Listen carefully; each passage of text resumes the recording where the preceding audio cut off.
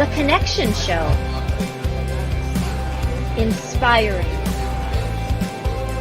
hope.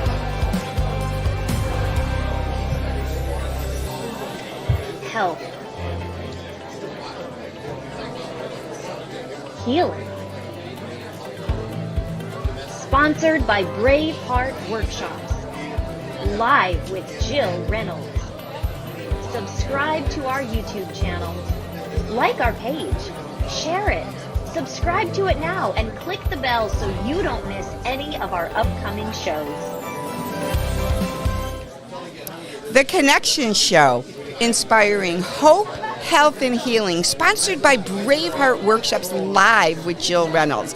We are at the Reawaken America Conference in Virginia Beach, and walking upstairs in the media room, we just ran across Lt.Col Bull Gurfein, if I said it right. Gurfein. Did I do that right, Colonel? You did. Well done. Wow. Well, we are so grateful. You're one of the speakers here, so we're so grateful you can take some time to stop over and connect with us. And can I just call you Bull? Please. Okay. I didn't know if I had to keep saying Lieutenant Colonel each time, sir. No, it's all good. Okay. So, Bull, on the Connection Show, we do things a little bit different than some of the other podcasts that you might have been on. We believe, Bull, that when Jesus walked the face of the earth, Jesus loved to share accounts, parables, and story for the purpose of transformation in people's lives. We believe that God's given each one of us a divine story. And through sharing story with others, we're loving others and giving them the gift of hearing story, looking at the similarities so their lives can be transformed. So if you're willing, Bull, I'm asking you to go back into your childhood when you're born and share with us what it was like as a little boy for you, and share anything that pertains to joy, hardship, or pain that led you into the amazing person God has created you to be today. So that's a wonderful question, and I'd like to talk, if I may, about sort of how God brought me to the United American Patriots, and it wasn't really from my childhood. I certainly did talk about childhood, but it's perhaps something that's a little bit more timely and relevant. But you tell me, where do you want to go? Do you want to start at childhood? We can do whatever. Well, you prefer. I want you to go right into childhood and talking about what your family was like growing up. Anything that pertains to that, so that we can grasp what little Bull was like. Okay, so I was brought up in a family that believed in noblesse oblige, which meant that if you had the ability, you had an obligation to serve others. And my mother and father, they embodied that spirit. My mother, when she was 17, was inducted into the nursing corps during World War II and served and was an amazing healer. My father left college during World War II and went and served in the United States Armed Forces and ended up being a United States Marine who fought all throughout the Pacific. So I was brought up in this perspective that you must help others. That's the whole purpose of life, and that again, from my mother, who had this was today she died, a very Christian woman who believed in selfless service, and my father, who was Jewish, who believed in tikkun olam, which is to heal the world. That's a part of the Jewish faith, and together I was brought up to believe in service. Wow! So you had Judeo-Christian upbringing, so you knew Jewish history, Jewish spirituality, and then the Christian realm as well. Now, did your dad at some point in his life become a born again Jewish? Did he come to know Jesus as his Lord and Savior? No, he didn't. But your mother did. Oh, well, yeah. My mother was very much. She embodied the Christian spirit. She wasn't just a woman who would go to church. She lived the Christian spirit. Like, she was an amazing enabler. As a matter of fact, she would wash the garbage before it would get thrown out because she felt she should always try to make other people's lives better, whatever it is or whoever it is. And when I went off into college, she went and served in the Israeli Defense Force, even though she was a Protestant, because she felt it was important to continue to serve and to help others. And again, set the example for helping others wherever she could. Same with my father, very much. So when you were a child, then, Bull, did Mom take you to a Christian church and your dad to a Jewish temple, or did you went to both? Oh yeah. So you learned. Oh, very much so. Wow. And then you celebrated Hanukkah and Christmas. Yes. Wow, that's amazing. That's a story in itself, isn't it? It Bull? is very much so. Yeah. Now, did you ever feel confused then because of the differences of the two different faiths, or did it not confuse you at all? No, not really. I mean, Jesus, was Jewish. Yeah, I know. He was a rabbi. He was a brilliant and insightful rabbi, and my mother and father were always of the same beliefs, and the Judeo-Christian beliefs are the tenets and groundings of a healthy life on earth. And their perspective was that as you grow and you develop, that you'll make your own path and make your own relationship with God. That's amazing. I love it. So now, did you go to public school or a Christian school, or how did you get raised for schooling? Yep, I went to a public school, and what was kind of interesting is our school was in New York, very liberal school, which actually we were in the south part of our town, so somebody back in the 50s thought it would be smart for us to be the Confederate rebels because we were the Southerners, and so we had a Confederate flag. It was on our ring. We would fly this flag, and we associated with this rebel Confederate flag. And probably about my end of my sophomore, beginning junior year, my father showed me a newspaper article that showed a bunch of individuals with guns and camouflage with a big Confederate flag behind them, and he said, "Hey, David, take a look at this." And I was like, "Oh, wow, that's kind of neat," because I was a kid. I thought, military and it's Confederate flag. He goes, "Is it?" He goes, "Read what it says." It was like white supremacists preparing for the race war. I said, "What? Wait, what? What are they doing with our flag?" He goes, "Son, my stupid son." He goes, "That's their flag. That's the flag of segregation. That's the flag of treason. That's the flag that stood against everything that unified our nation." And I said, "Well, wait a second. Then why is it that we have that at our high school?" He goes, "I don't know. Why don't you fix it?" And so I did. I went and met with our principal, and I said, "We need to get rid of this Confederate flag." And the principal, he pretty much, laughed at me. He goes, "Oh, look, it doesn't mean anything. There's no racism associated with it. It's just a symbol. And, we've had it forever." I said, "Yeah, but so have they." And so he goes, "Look, even if I wanted to, we couldn't change it." I said, "Well, let me work on that." So I'm an artist. So I redesigned things, and I came up with a new logo. And I realized kids our age enjoyed the term rebel. But there's nothing offensive about the term rebel. It was the association with the Confederacy. So I changed it to be the Revolutionary Rebels, which was a patriotic American rebel, in front of the Revolutionary flag. And I showed it to the football team and everybody else. I was the captain and quarterback of the football team. Everybody was like, "Oh, wow, it's a great logo." I said, "Here, let's sign this petition to get this to be our new logo." And everybody in the school signed it, every teacher, every administrator. I then brought it to the principal. I said, "Now what?" He goes, "All right." Painted on the wall, and it's still on the wall to this day. So did they take the flag down, the Confederate flag? The Confederate flag went away. And then your new flag went up. It's still up there to this day. The mural is up there. But what you'll find interesting is then the media, when all of a sudden in the 2013, 14, somewhere around there, when all of a sudden everybody was, all the Confederate flags, they have to be outlawed and this and that. They came after our school because they heard we were still called the Rebels. And they interviewed me and everybody, and they were like, "Look, there's a bunch of kids. You realize you had to get rid of the Confederate flag. Like, don't you think it should be outlawed?" I said, "No, of course not." And they're like, "Wait, what? But you didn't think it should be at your school?" I said, "That's correct." Because but don't outlaw it, because then you're taking freedom away. Exactly. You're taking freedom away. It's where do you put the these symbols, where you can still have that's where, choice. Again, and I come from Jewish heritage, and so I don't want to outlaw the swastika. You want to fly a Nazi flag? Great, identify yourself. I know who my enemies are. Yeah. But that's what America's all about. Is that freedom of speech is not for that speech which we embrace; it's for that which we detest. Exactly. You don't need freedom of speech to say I love you. You need freedom of speech for people to say I dislike you, I hate you.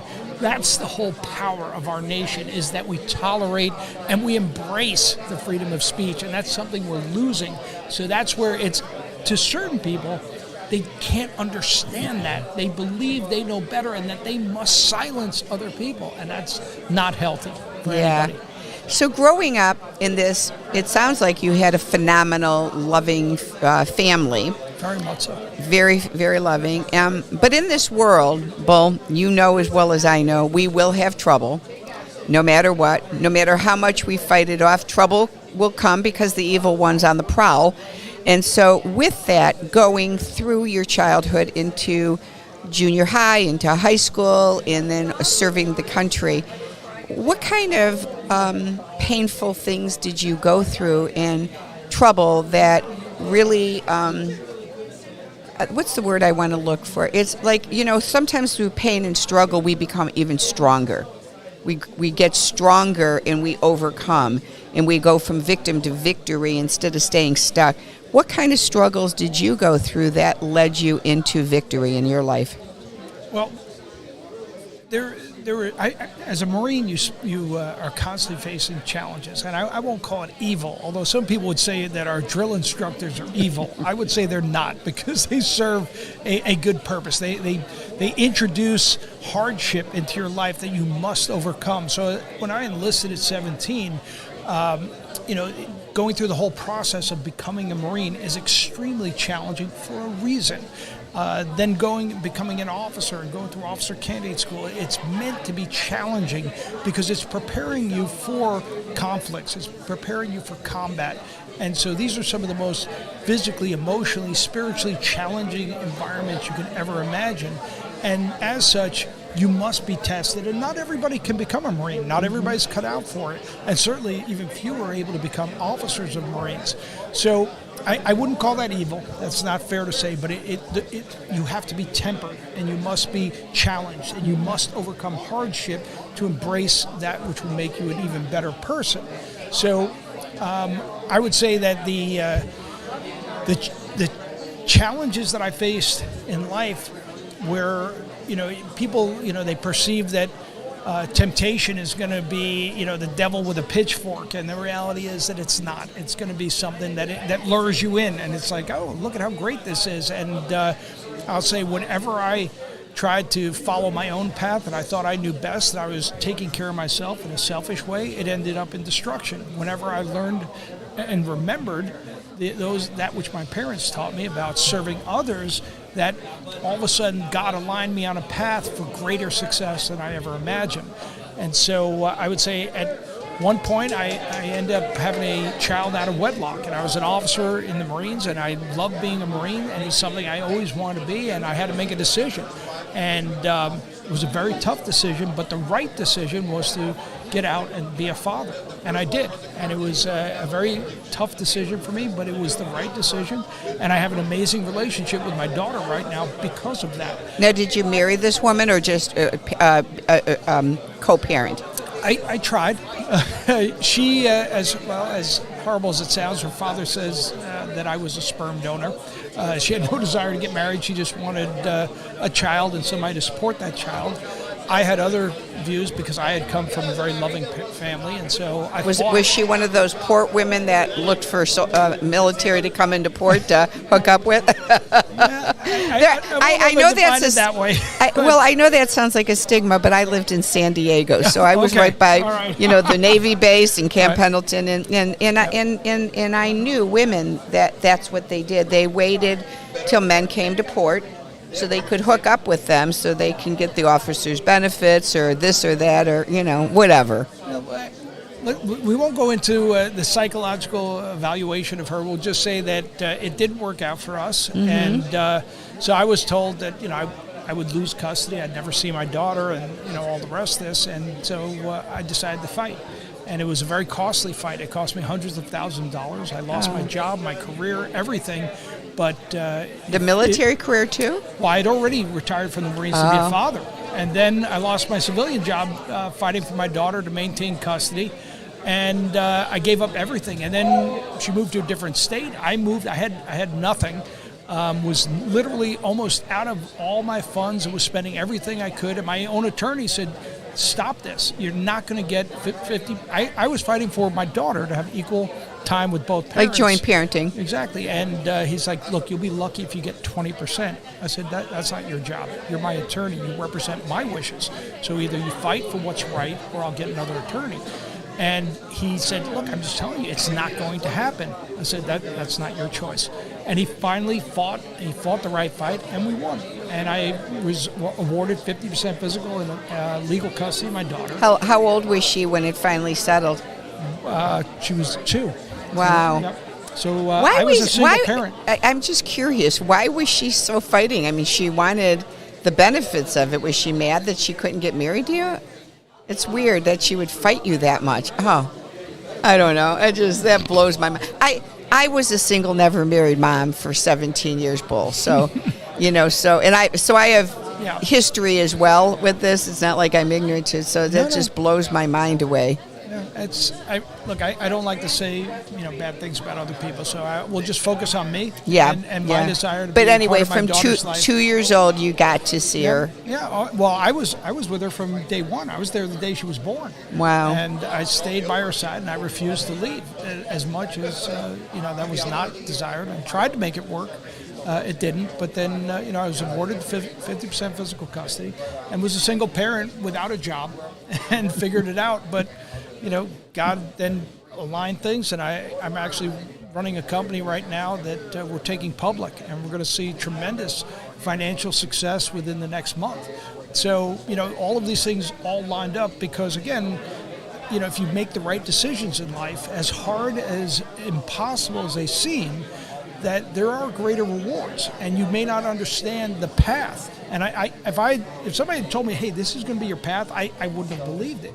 But their answer for me was continuously do the right thing, and the rewards will come.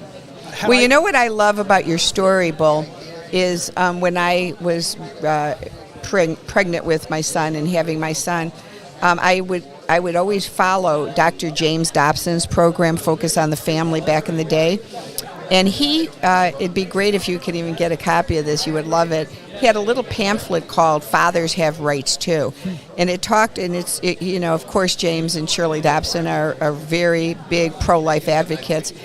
And so it really, rocked my soul to be able to read this with women out there who think that men do not have rights to that child.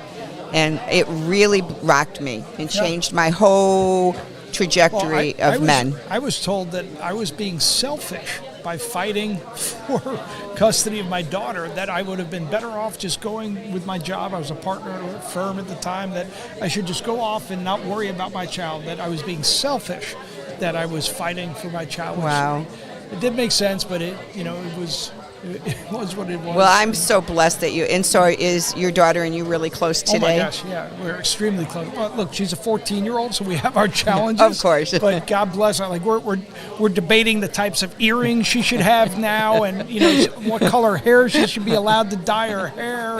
And wait till men come into her life, and who should she date? Yeah, the young men that have come around, they're all terrified of me because I'm a Marine, so I'm okay with that. But she's a strong individual. She's a straight A student. She's an athlete. She's creative. She's an artist.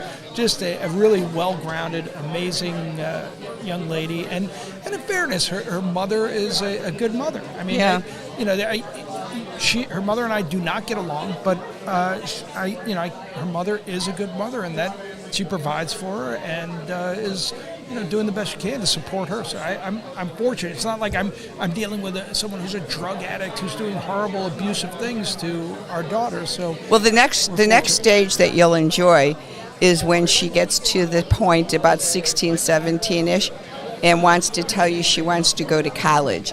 And as Kevin and Sam Sorbo, Sam has written a curriculum on homeschooling, and Sam's philosophy is save up all the money you saved up for your child to go to college. Use that for a down payment on their first condo, and tell them they're going to go do online schooling so they're not manipulated with the insanity of colleges today. Oh, they already. Well, look, I'm out of Fairfax County, and there's it's incredible what I see in the school system, and what my daughter's taught. She came home and said, well, we have white privilege, Dad. I said, really? I said, what does that mean? And she said, well, look at our house and look at our car. I said, well, what about it? She goes, well, we have a really nice house and car. I said, okay, do you realize how racist you're sounding? She goes, me? How am I sounding racist? I said, are you saying that black people, Latino people, Asian people do not have nice houses and nice cars? She goes, no, that's not what I'm saying. I'm like, okay, then who gave this to us? I'm a retired United States Marine. Like, we work for everything we have. Nobody gave this to us. Because you don't understand. And that's correct. I don't. You take her back to when you fought for her 2 years old and were barely homeless because you wanted to give her a better life, and then say, what kind of white privilege did I have, dear? I fought for you, honey, and I fought for this house. Yeah, it's interesting, to see, some of the things that our children are being taught, and it's not healthy, and it's disruptive, and there's a tremendous amount of pressure within the schools for the LGBTQAIP plus community, which, as a United States Marine, I support everybody's rights to do and be who you are, as long as you're not infringing upon other people's rights. But I do have a concern when every book that my daughter is given to read is talking about LGBTQAIP plus, and every character is homosexual or lesbian or some alternative perspective. And as I said to my daughter, I said, look, we'll go to Barnes & Noble and I'll buy you a book, but can we have a book that doesn't focus on that? And of course her response was, Dad, you're homophobic. I said, okay. I said, let me help you out. Okay, that word has been co-opted. The word phobia is an irrational fear. I have no irrational fear or rational fear, for that matter, of any human being, gay, straight, or transgender. But moreover, and she's like, well, that's not what it means. It means you don't like gay people. I said, that's not true. I said, I dislike and like everybody based upon who they are individually. I would say, Bull, get ready, because she's going to fight you on the college thing. So if you're saving money for her to go to college, if that's in your trajectory, start letting her know now that she'll have a choice of using the money you're saving for college to go for a down payment on her own home, white privilege home, or she can use the money to go off to college, which will be lost in the wind, and she can still go to college but do online. So you'll start playing that role with her and see how she comes out. Listen, her stepmother, my wife, was an amazing, amazing role model, and I was blessed with having this woman come into my life. Yeah, talk about how you met her. She's gorgeous. Thank you. She's amazing, and Beth is she's more beautiful on the inside, just an amazing spirit. And this woman has embraced Avery, loves Avery, my daughter, and she told Avery, like, you better get a job, because we're not paying for college. You want to go to college, you better figure out how to pay for it yourself. Now, certainly we'll provide some support, but I think the lesson learned is that this is not something that's just given to you. You're going to have to work for it, and that's really the important thing. But to go back how we met, we actually met online, because I didn't want to, after I went through that last experience, I was like, look, I'll just be a single parent. I'm not going through the whole dating thing. And my daughter, she was the one, when she was like about 4 years old, she goes, Dad, I think we need to get another mom. and so I was like, well, okay. And so I talked to my friends, and I said, yeah, online dating, that's how you do it. I said, oh my God, that sounds horrible. So I actually did it. But what was interesting is that on my profile, I focused on the 5 love languages. Gary Smalley? Yeah, absolutely. And it was insightful because it was very... I go to his former church. Oh, wow. Yeah, in Woodland Hills Family Church, and he's passed away. But yeah, it really helps you understand what motivates you, and if you're in a relationship and you're not feeling loved, and it's not because that other person doesn't love you, but you're just not communicating correctly. It was so insightful for me, but I put it on there and I said, look, if whoever I'm going to be with, we need to figure out how to communicate. And then I found this person, and I was like, oh my gosh, this is the one. And she had just said, her dog had passed away, and I'm a dog person. So I sent her an email, and I said, I'm so sorry about your dog. I'd love to meet if you have a chance. And then I sat and wait for 5 months, no response. I'm like, what? So I was like, I'm done. So I started shutting it down. I said, I don't want anything to do. And the day I'm going to shut down this dating site, blink, you've got mail. And it was her. And she goes, yeah, let's meet. And yeah. What took her so long? Was she grieving? She says she was visiting her parents in California or this and that. Who knows? She was probably dating every other guy around. Who knows what was going on? But it didn't matter. At the end of the day, she and I hit it off. We had we still have an amazing relationship, very supportive. And how long have you been married now, Bull? About a week. No, I'm just kidding. I know you are. If you told me you met her when Avery was 4 and she's 14, that was 10 years ago. It was a long dating relationship. Yeah, so we've been married over 8 years now. But just great relationship. And did you have other children, or did she, or no? No, we wanted other children. Unfortunately, it wasn't meant to be. Okay. Unfortunately, we tried, but God had other plans for us. I bet you have dogs, though. We have 3. That's your children. I was going to say, I bet you adopted a couple of kids there. Exactly. And we, quite frankly, there's still a possibility that we may adopt in the future, but my wife is full-time employed. I'm full-time employed. What does your wife do? She is an MBA, CPA, internal audit director of audit for a public company. Just brilliant, insightful, amazing human being. Wow. And she is unbelievably beautiful, unbelievably, and so, Bull, let's fast forward now, and I just met you last night at dinner, but we were sitting at the opposite end of the table, so I didn't get to really hear your voice there. I don't know much about you at all, and because I've been in the media room, I haven't had the privilege of being in the auditorium hearing speakers. So why were you invited to speak at the Reawaken, and what are you speaking on? Yeah, so talking about, going back, you were asking sort of how things happen in your life, and I was presented with an opportunity by a warrior I served with in the first Gulf War, Bob Wyman.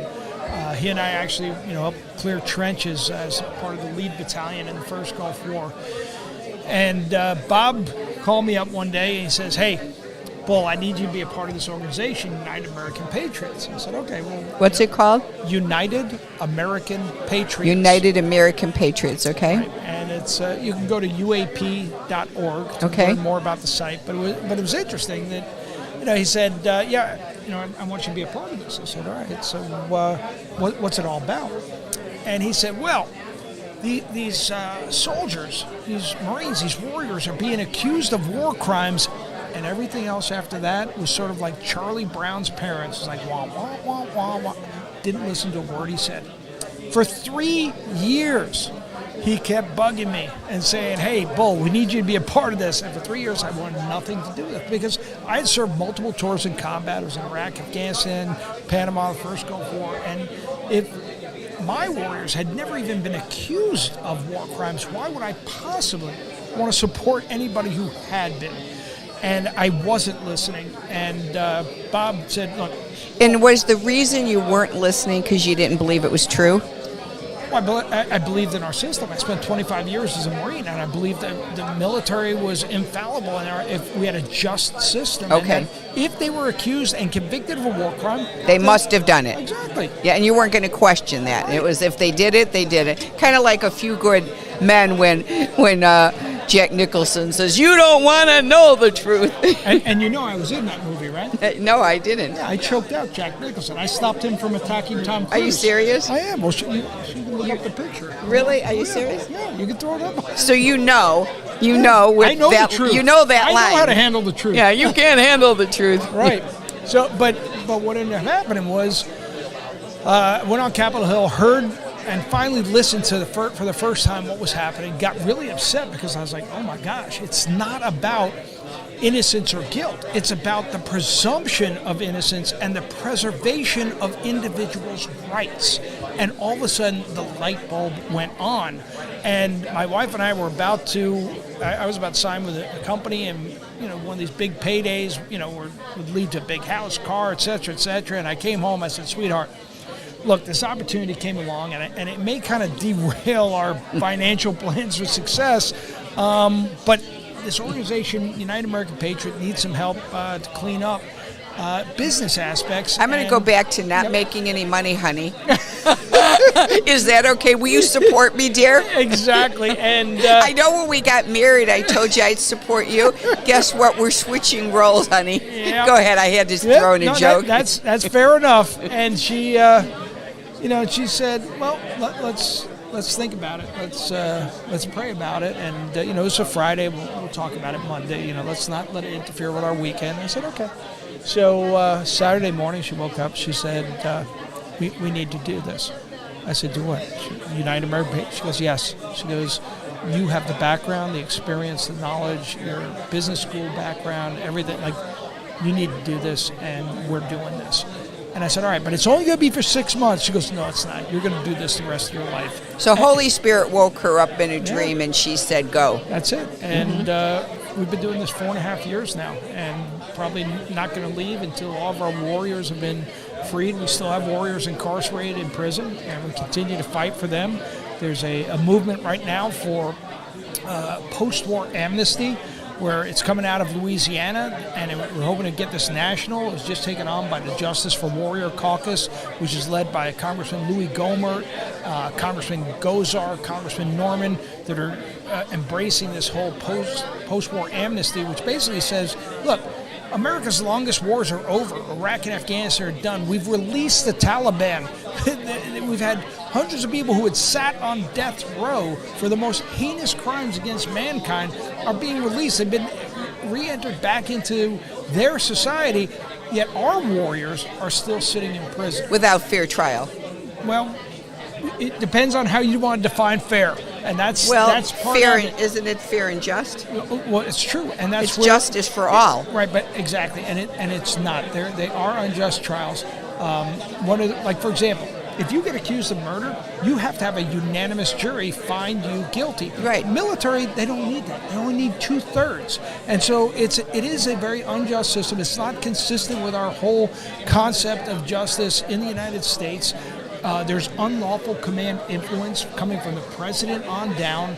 There is prosecutorial misconduct, which basically means where prosecutors hide exculpatory information which would exonerate those individuals that show they did not commit a crime. We have an investigator abuse where there's lopsided investigation. We have the U.S. government flying in enemy combatants to testify against our warriors. And look, it's not like we take them to Disneyland. No, we actually took them to SeaWorld. We have the receipts to show that we've taken Taliban to SeaWorld after they testify against our warriors. And we're not even getting to the part then, Bull, of once our warriors are imprisoned, and then, then if, and I'd like to know this answer, and then if they're finally found that they were unjustly imprisoned and now they are released, we're not even beginning to touch on the post-traumatic stress they had to go through with anxiety, depression, suicide ideation, and loss that they've gone through. So is there any statistics, if that's even the right word, of how many of the unjustly imprisoned warriors have been released now as a manifestation of this organization?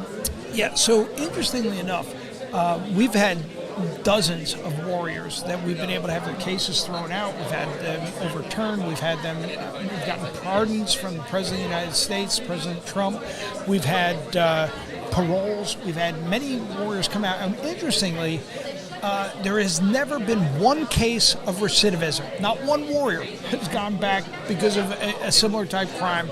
And they've all been they've all adjusted well, apart because of UAP.org, our organization, where the funding that we get, it's threefold. One is to raise awareness, make sure the public's aware, making sure the Congress is aware, and that the President's aware.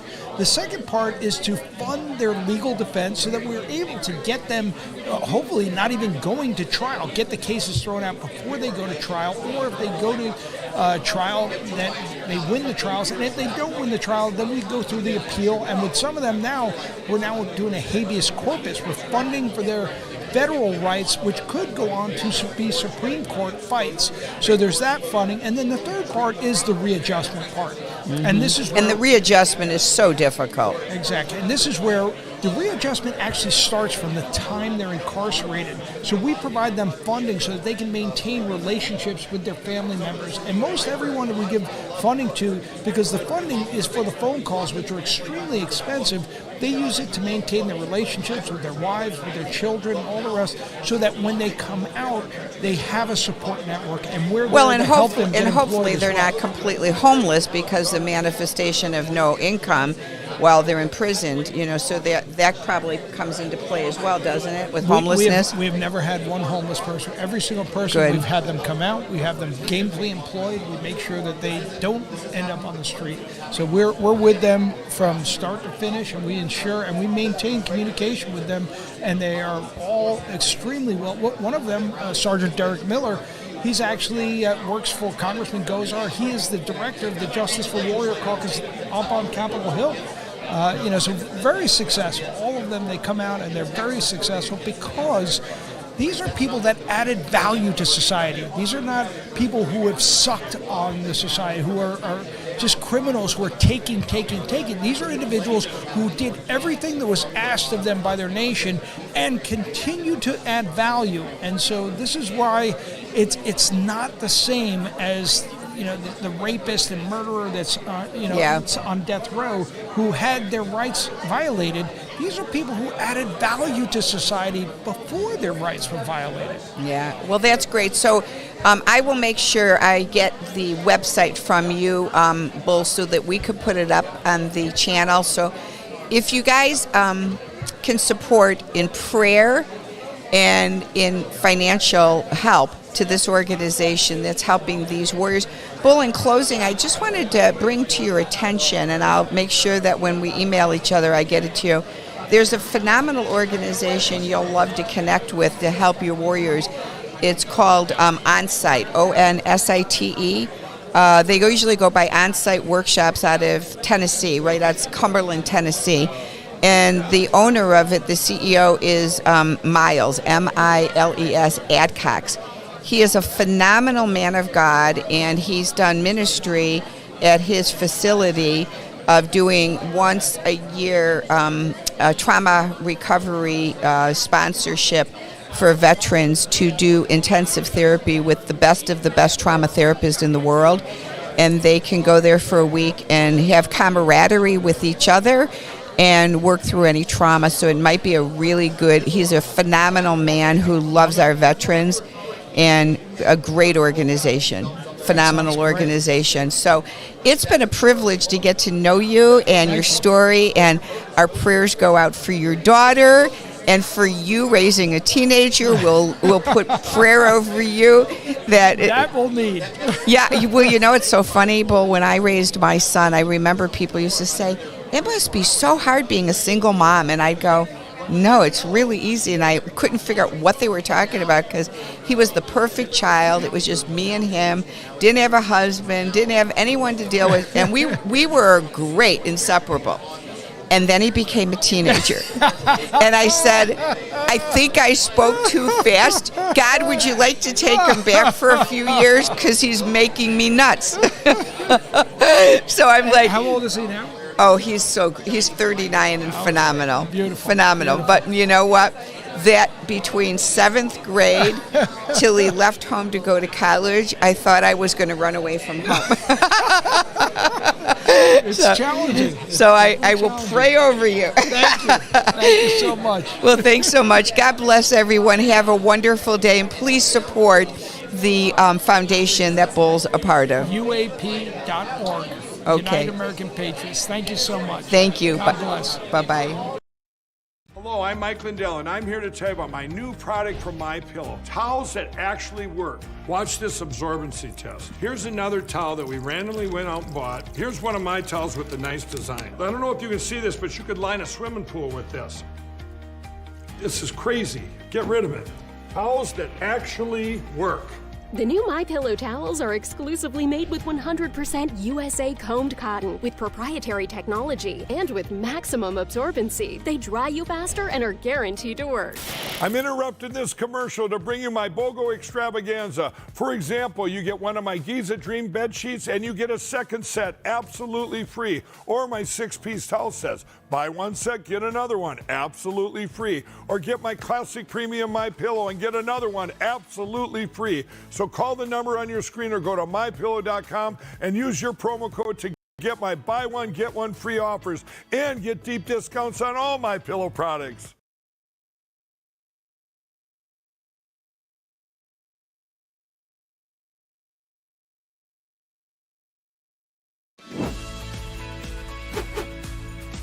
Many people know about our clinic, but most don't realize we help patients around the globe reach their health goals. Deep down, you know there's got to be a way to get there, but you don't know where to start. Our starter plan is the first step. You'll get everything you need to experience a health transformation in 120 days. You'll start by resetting your health with a 2-week detox. Then you'll implement our proven anti-inflammatory food plan. On top of this, you'll get a 120-day supply of essential supplements, omega-3 and vitamin DK, as well as our homeopathic drops to accelerate your health goals. Go to Sherwood.tv now and use the promo code on your screen to receive this exclusive offer and save a total of $80. This is your path to more energy and better health.